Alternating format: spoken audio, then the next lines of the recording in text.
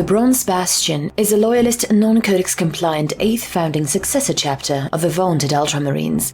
Their forces have been nearly destroyed several times, but as the fortress defending the north, they shall not fall. Their fortress monastery is on Nexus Prime, a huge fortress world.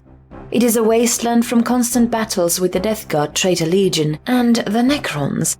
The Marines defeated the Foul Zenus and drove them from Nexus. Nexus Daedalus was destroyed in combat with the Necrons, and Nexus Eden was untouched. Eden is a garden ruled and protected by the Wardens. They are forever waiting for the original chapter master, Eric Voss, to return in their most dire times. They are a Crusade chapter. Eric was a lieutenant in the Ultramarines' 5th Company. He was disliked by many other Marines for his high sense of morality, putting several missions in danger when trying to save people. When the 8th founding came along, he was nominated to be a chapter master, which he gladly accepted. Only one man joined him, an assault marine who had never said a word. They traveled and battled for 17 years before discovering an old fortress world and system in the northeast corner of the galaxy, whose core, like many others in the system, were cooled balls of metal, and they had no mantle, just stone and metal. The only population were a small amount of Kroot who were dispatched and a group of warriors on Eden, known as the Wardens, who were protecting the world and its shrines to the Emperor. The Wardens nearly attacked the Space Marines, but the Marine defused the situation by explaining they were servants of the Emperor using hand signals. They had fought with large amounts of Khorne demons. They also faced an Orc war in M35 on the planet Nexus Larkin. The first waves of the war were beaten back, but at the 4th wave, the Guard forces were completely overrun and the Space Marine lines were breaking. They ordered exterminatus on the doomed mining world. In M38, their training world, Kualk, a death world, was attacked by Dark Eldar raiders. The raiders were unprepared for the ferocity of the defense, but more came back.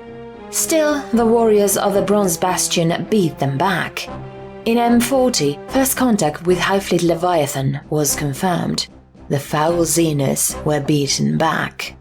In M41, they discovered it was a tomb world, and the earlier Necron attacks were just scouting parties. They fought long and hard for 16 years, eventually killing all the Necrons and destroying the tombs. Nexus Prime is the homeworld of the chapter. It is a fortress world. It is 10,719 miles wide. It was a tomb world, and it is a part of the Nexus system, which includes 5 worlds: Nexus Prime, Fortress World, Larkin, Mining World, Muriel, also Mining World, Eden, Garden World, and Lakered, Forge World, controlled by Forge Smiths, not the Adeptus Mechanicus. Imperius Bronze is only found in this system. Fortress Ministry. The chapter's Fortress Ministry, known as the Citadel, is an incredibly huge warship, a Bastion-class capital ship, the only one of its kind. It is 25 kilometers long and a kilometer in width. It is armed with tens of thousands of macro cannon and laser cannon batteries. It has many lance-type weapons and a large use of melta torpedoes. The Bronze Bastion has 3 commanders, each commanding sections of the chapter. The Guardian, commanding the secretive 500-man company of Terminators known as the Wardens. The Stratego, leading the 9 battle companies and veteran company. Note, the 10th company is not a scout company, it is a battle company. And the Aquilan Lord, commanding the from the 11th to 15th scouting companies and the 15th to 20th vanguard companies. Specialist formations.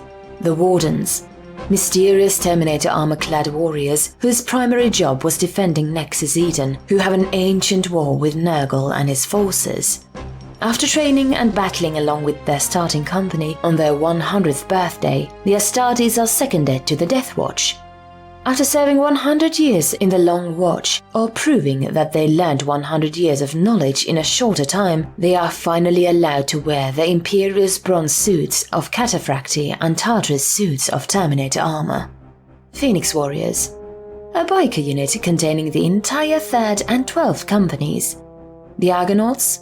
The Argonauts are an elite group of 50 Blade Guard veterans led by the chapter ancient Jason the Wise and a lieutenant Marcus Aurelius, not included in the 50. They use a more modified Overlord gunship that is big enough to encompass more fuel or munitions and 12 more men. They specialize in rapid assaults, striking where the enemy are the weakest and flying away before a proper encounter is sent against them. They believe the Emperor to be a god by his own creation. They also believe that they are still mortal and must therefore protect their fellow mortals because of the gifts they were given, and that their gifts, being a space marine, are a power to protect the innocent. They absolutely hate the humans who willingly join Chaos and the Tau. As an Ultramarine successor chapter, the Bronze Bastion draws their gene seed from Rebuta Gilliman, although the chapter's warriors have lost the use of their omophagia. Peculiarly, the Marines of the Bronze Bastion feel no need for the Codex, considering it to be a guideline. The Curse of the Golden Heart is an odd mutation, in that the Marine of the Bronze Bastion have a heightened sense of morality, and it has several degrees of power.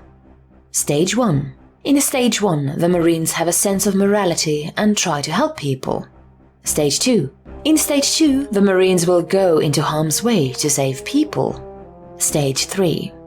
In Stage 3, the afflicted Marines will sacrifice themselves to save civilians, and if they aren't able to save them, they will suffer great mental pain and doubt, called the Trials, doubting whether they really deserve their powers.